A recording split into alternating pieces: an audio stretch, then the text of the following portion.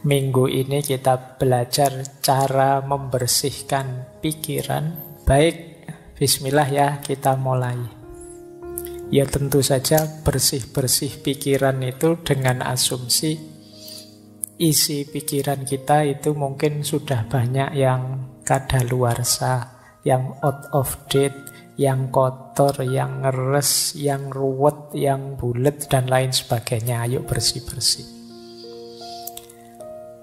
Saya beri judul Clear Mind. Nanti di banyak tradisi filsafat, khususnya tradisi filsafat timur, itu mengidealkan berpikir itu harus jernih. Mengidealkan kejernihan, kebersihan pikiran. Tidak sekedar teknik berpikir yang canggih, tapi pikiran itu sendiri harus bersih, harus jernih, tidak terkontaminasi oleh hal-hal yang dianggap negatif. Ini yang oleh banyak orang sering dianggap sebagai bedanya tradisi timur dan tradisi barat. Kalau barat membahas pikiran, banyak fokus bagaimana dia kritis, bagaimana dia valid, bagaimana dia jelas, bagaimana dia tidak bulet dan lain sebagainya. Lebih ke teknis. Sementara kalau di timur lebih mengutamakan kejernihannya.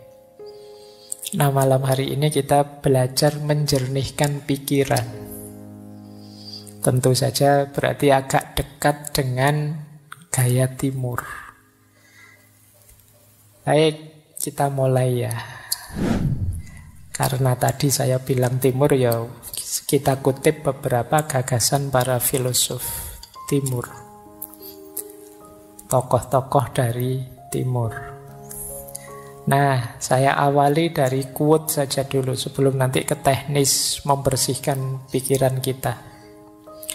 Ada quotes menarik yang ini pernah juga kita kutip di beberapa sesi tentang kekuatan pikiran, yaitu dari Buddha. Beliau mengatakan bahwa hidup kita itu dibentuk oleh pikiran kita. Kita menjadi apa yang kita pikirkan. Kegembiraan itu mengikuti pikiran yang jernih, seperti bayangan yang tidak pernah pergi. Quotes ini isinya 3 hal secara sekaligus. Yang pertama, hidup itu dibentuk oleh pikiran kita. Yang kedua, kita adalah apa yang kita pikirkan. Dan yang ketiga, pikiran jernih itu menggembirakan. Sebagaimana bayangan dengan sesuatu yang dibayanginya. Jadi kalau orang kok pikirannya jernih, otomatis gembira. Kenapa kok kita galau? Kemungkinan pikiran kita ruwet.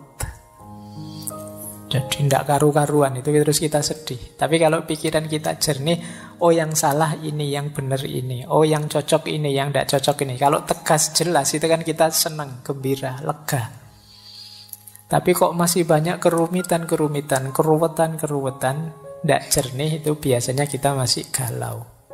Maka kegembiraan itu mengikuti pikiran yang jernih.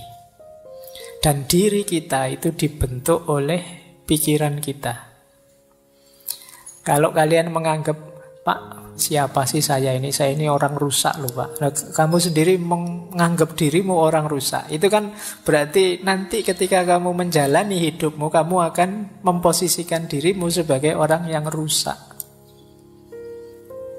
Jadi kita adalah pandangan kita sendiri, pikiran kita sendiri tentang diri kita. Nah, teman-teman boleh flashback ke belakang ya. Selama ini saya itu orang kayak gimana sih? Itu kemungkinan besar berawal dari pikiran kita sendiri. Jadi, mungkin kalau bahasa jauhnya, tidak penting kamu ganteng beneran apa tidak. Yang penting apa? Kamu merasa ganteng. Orang itu merasa ganteng saja, itu kan gayanya kayak orang paling ganteng sedunia kan sudah. Jadi meskipun secantik apapun kalian, seganteng apapun kalian, kalau pikiranmu, saya itu Pak, ya gayamu juga merasa seperti orang yang biasa saja. Jadi kita adalah sejauh yang kita pikirkan. Hidup kita dibentuk oleh pikiran kita. Maka hati-hati dalam berpikir. Jangan berpikir yang aneh-aneh, yang rusak-rusak, yang kacau-kacau, karena itu akan jadi diri kita. Kalau ada peribahasa dalam bahasa Inggris yang isinya to know is to be. Tahu itu sama dengan menjadi sesuatu. Apa yang ada di pikiran kita, seperti itulah nanti hidup kita. Kalau kita isi dengan hal-hal yang positif, ya hidup kita akan menjelma positif. Tapi kalau pikiran kita isi dengan banyak hal negatif, ya kita akan jadi orang yang negatif. Nah, ini pesan besar pertama ya, pentingnya pikiran.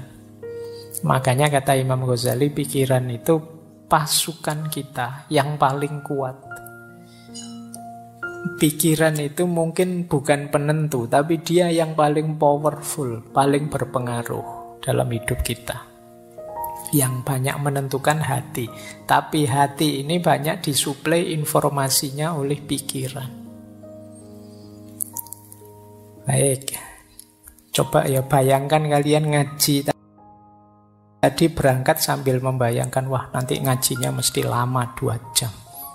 Mesti itu. Ya, jadi kamu duduk baru 1 detik, 2 detik pertama, itu pikiranmu sudah 2 jam yang akan datang. Ini masih lama 2 jamnya ya masih.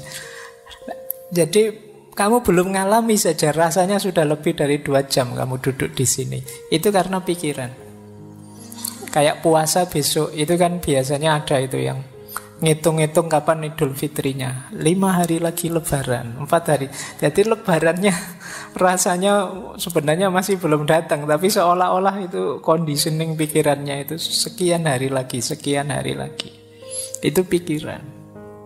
Kita tidak bisa menikmati Ramadan karena mikir kapan Idul Fitrinya. Nanti hari pertama sudah dihitung, 30 hari lagi Lebaran. Ayo mikirnya wis tekan Lebaran, baru terawih hari pertama. Jangan-jangan kalau pas terawih hari pertama kita pikirannya nanti Lebaran mudiknya tanggal berapa ya, bajuku sudah berapa ya, harus mikirnya Lebaran, nggak mikir Ramadannya. Barang siapa yang begitu datang Ramadan seneng, itu diharamkan neraka. Yuk, begitu Ramadan datang kamu seneng, tapi Ramadannya sendiri datang kamu lupa. Yang hadir di pikiranmu lebih banyak Idul Fitrinya sama liburan kuliahnya. Jadi kupuh prei sama seneng-seneng Idul Fitrinya sampai lupa Lebaran. Itu pikiran. Hidupmu, gayamu, orientasimu ya ditentukan oleh pikiran. Maka penting pikiran yang jernih. Ada lagi kalimat dari Zhuangzi. Kalau ini salah satu tokoh dari Taoisme. Dulu pernah kita bahas khusus beliau ini. Kata dia begini, mereka yang mengikuti Tao. Tao itu artinya jalan. Ini konsepnya mungkin agak dekat dengan kalau dalam Islam ada thariqat, sama-sama jalan. Meskipun definisinya agak harus didalami lagi, tidak sederhana tahu itu. Tapi siapa yang mengikuti tahu pasti memiliki pikiran yang jernih. Orang yang pikirannya jernih ini, mereka tidak membebani pikiran mereka dengan kecemasan.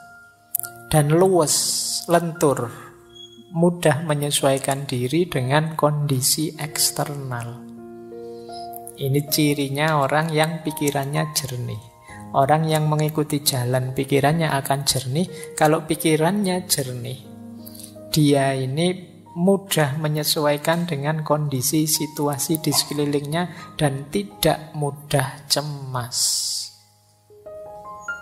Kalau teman-teman kok merasa sering cemas, kemungkinan pikirannya belum jernih. Saya tidak bilang tidak jernih ya. Nanti kalau kamu tersinggung. Jadi pikiranmu mungkin belum jernih. Perlu dijernihkan kembali. Malam hari ini kita latihan pelan-pelan nanti menghadapi pikiran yang tidak jernih ini. Saya tambah 3 lagi dari beberapa. Yang pertama dari Erich Fromm, psikolog, psikoanalis, filosof yang pernah kita bahas tentang cinta. Kata dia, punya pikiran yang jernih dan ruang yang bersih memungkinkanmu untuk berpikir dan bertindak secara bertujuan, tidak asal-asalan. Jadi kalau pikiran kita jernih itu mengorientasikan tindakan itu enak. Tapi kalau pikiran kita ruwet, kadang kita tidak tahu kenapa melakukan ini, kenapa melakukan itu. Pokoknya isinya pikiran bulat. Nah, ini membuat kita bertindaknya juga tidak kontrol. Karena pikiran menentukan diri kita. Atau kata yang dari India, Naval Ravikant, ini sebenarnya bisnismen, tapi juga penulis. Kata dia, kita mengatakan bahwa kita menginginkan peace of mind. Tetapi sebenarnya yang kita inginkan adalah peace from mind. Nah, ini menarik. Kata Ravikant ini, kita itu kan sering bilang saya ingin tenang. Pikiranku ingin tenang, peace of mind. Tapi sebenarnya bukan pikiranku ingin tenang, tapi peace from mind. Peace from mind itu mungkin mudahnya kita definisikan ada banyak hal yang harus kita buang, kita sisihkan yang ada di pikiran kita itu. Karena mungkin tidak penting, tidak urgent. Dari situ terus muncul ketenangan. Ini namanya peace from mind. Tidak sekedar peace of mind. Peace of mind itu mungkin sifatnya tidak bisa lama. Tenang dulu sebentar, kayak kalau kemarin pakai teorinya Schopenhauer kan pakai musik saja bisa untuk peace of mind. Tapi kalau peace from mind, membersihkan pikiran dari hal-hal yang tidak penting, tidak jelas, tidak ada gunanya, itu akan menenangkan. Nah, silahkan nanti teman-teman ya, boleh dicermati isi kepala kita itu selama ini apa saja sih. Bisa tidak teman-teman coba dibayangkan sejak tadi pagi sampai malam hari ini itu sempat mikir apa saja. Berapa banyak yang dipikirkan itu hal-hal penting dan berapa banyak hal-hal biasa saja dan berapa banyak hal-hal tidak penting. Atau jangan-jangan ada pikiran-pikiran yang merusak, pikiran-pikiran negatif. Nah, kita jarang ya mencermati pikiran kita sendiri. Kira-kira yang paling mempengaruhimu itu pikiran-pikirannya siapa? Atau pikiran yang seperti apa? Atau berita informasi yang seperti apa?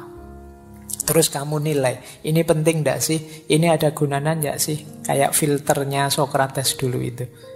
Ini kalau saya enggak tahu, ada gunanya enggak sih untuk hidupku?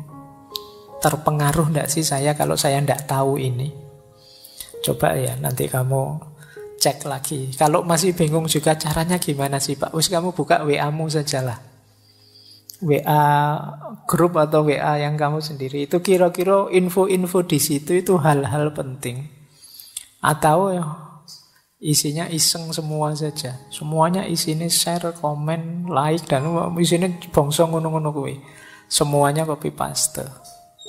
Nah, kira-kira kalau kamu ndak ngerti itu, kira-kira ada gunanya ndak sih?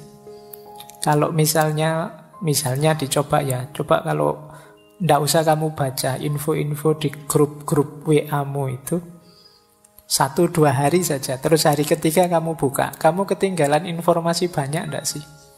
Ada hal penting yang terlewat ndak sih? Atau ya biasa saja itu Pak, saya bisa langsung ngikuti di hari ketiga itu, bisa ngobrol lagi, ndak ada yang ketinggalan sama sekali. Oh berarti mungkin banyak pembicaraan yang ndak penting. Nah coba ya kamu sendiri yang ngecek sejauh mana sih aktivitasmu sehari-hari itu bermakna. Ayo sejak pagi sampai malam hari ini sudah melakukan apa saja? Berapa persen dari yang kita lakukan itu hal penting, berapa persen hal rutin, dan berapa persen hal tidak penting.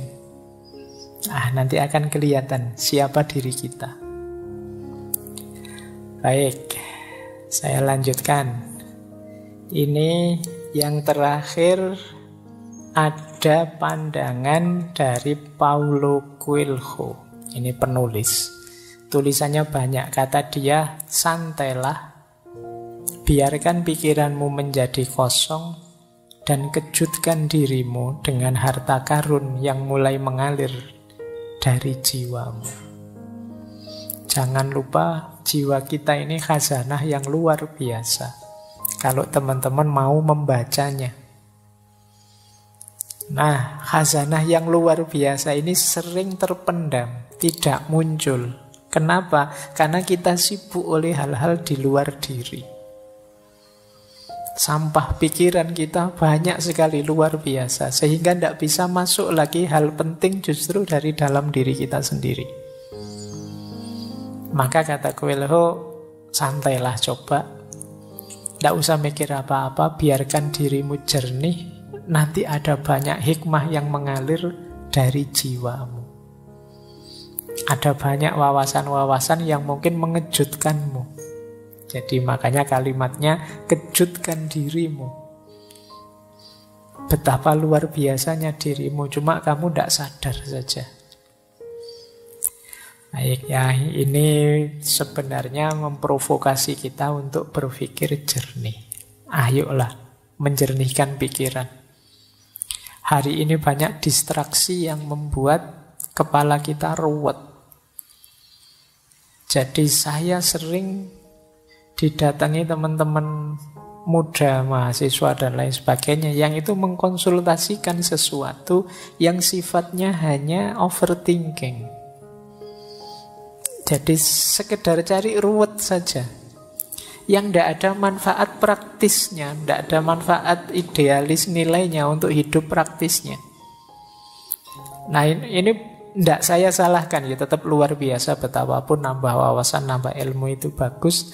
Tapi kalau bahasa saintifiknya kurang tepat guna.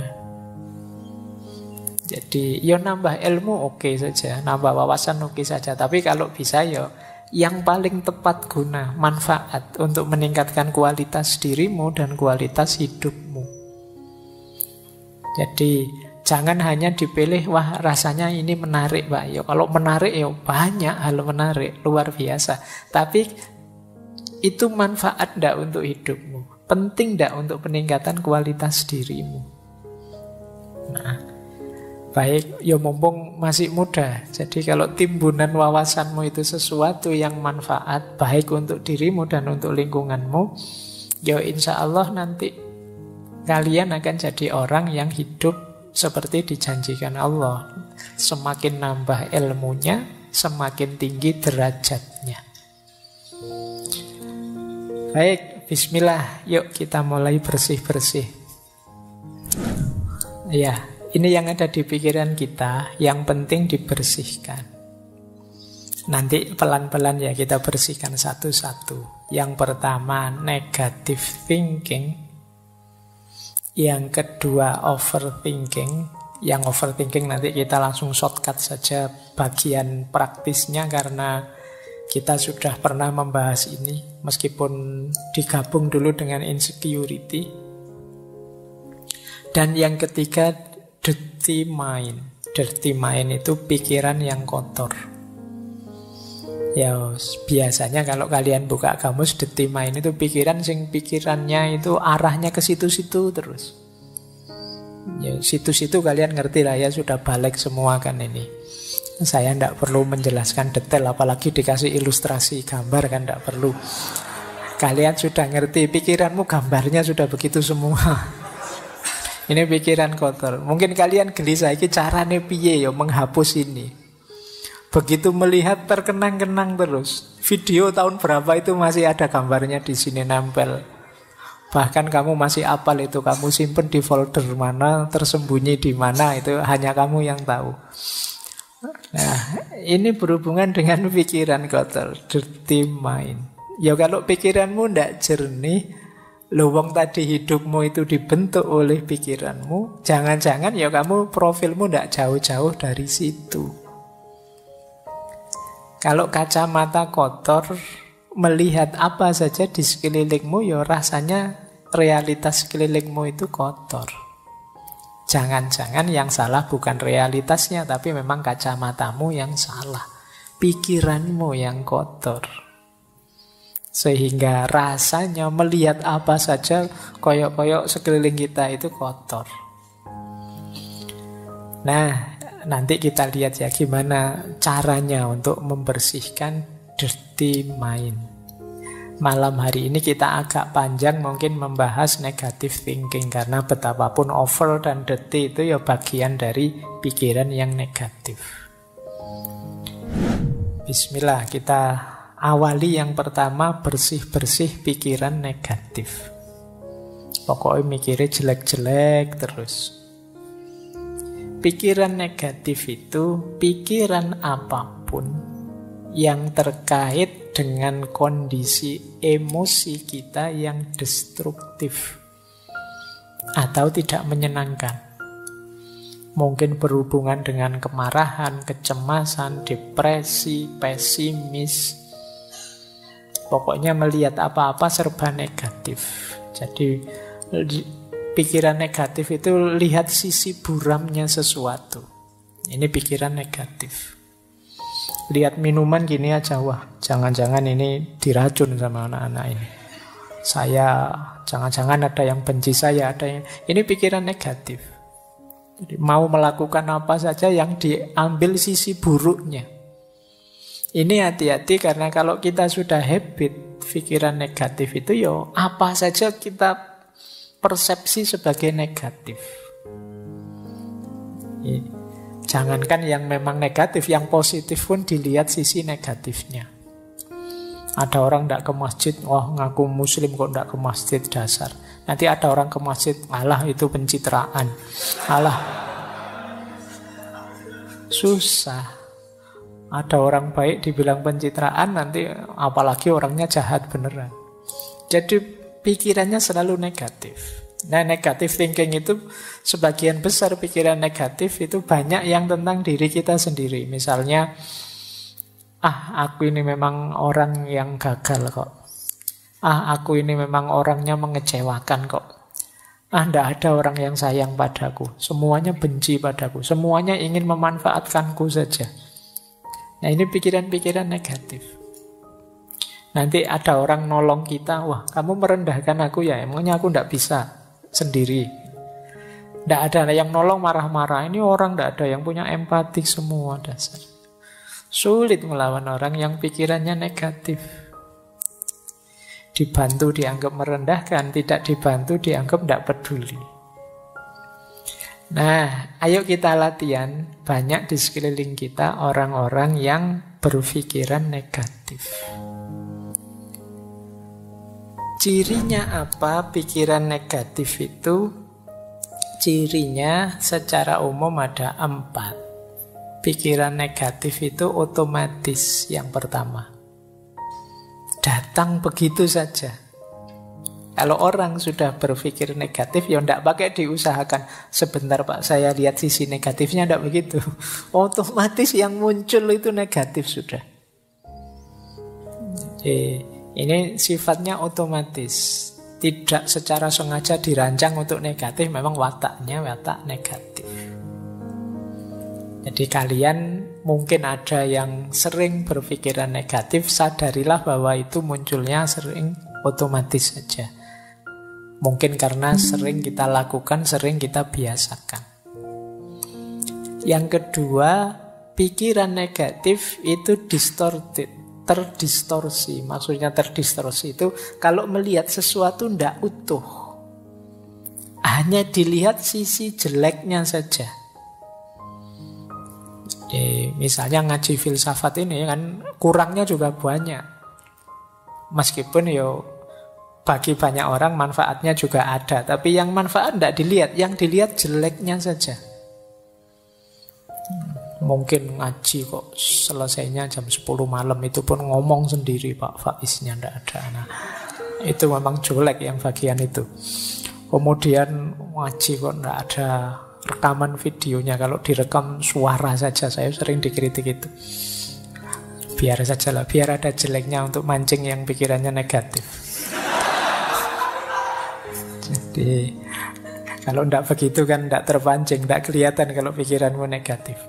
Jadi pikiran negatif itu terdistorsi. Jadi melihat apa-apa dipotong bagian negatifnya. Orang seperti ini biasanya sulit senyum. Pikirannya ruwet terus kalau ada apa-apa itu. Jadi serba khawatir, serba cemas. Karena dia menggunakan kacamata buram terus, negatif terus.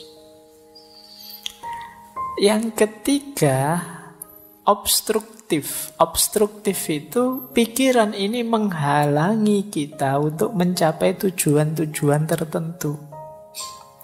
Karena pikiran negatif ini akhirnya kita kuliahnya tidak bisa maksimal. Mau kuliah ke kampus bawa motor, wah di kampus itu parkirannya kacau, kalau motorku hilang gimana? Mau ke kampus, naik trans, nanti naik trans itu kadang ya tidak jelas juga, nanti jangan-jangan aku malah telat, jangan-jangan mau bareng temen, nanti malu, nanti masuk bareng, wong punya motor sendiri malah anunya bareng. Jadi pikirannya ruwet, akhirnya ya, tujuan-tujuan hidup banyak yang tidak terpenuhi. Itu namanya obstruktif. Menghalangi kita mewujudkan keinginan. Ini berarti pikiran itu sudah negatif sudah. Kemudian yang terakhir, pikiran negatif itu plausible. Plausible itu masuk akal. Masuk akal menurut kita yang berpikiran negatif. Kita cari saja alasan untuk melihat sisi negatifnya. Dan mesti ketemu wong alasan itu bisa dibuat. Alasan itu kan hasil karya akal kita. Seperti saya bilang tadi, pikiran itu mau kita ajak kemana saja bisa. Wong yang salah itu ya kita bikinkan alasan biar benar saja bisa kok. Itu yang disebut plausible. Maka pikiran negatif juga begitu. Dia didukung oleh akal kita. Benar itu, kamu tidak usah ke kampus daripada motornya hilang. Paling dosennya ngomongnya juga gitu-gitu aja. Tidak ada menarik-menariknya misalnya. Mending di YouTube saja banyak, ngapain sih?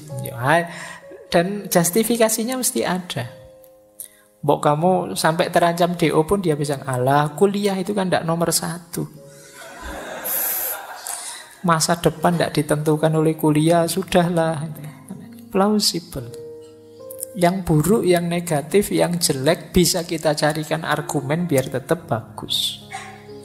Ini ciri-ciri pikiran negatif. Jadi dia ini otomatis muncul, mendistorsi realitas, menghalangi keinginan-keinginan baik kita, dan kita anggap masuk akal.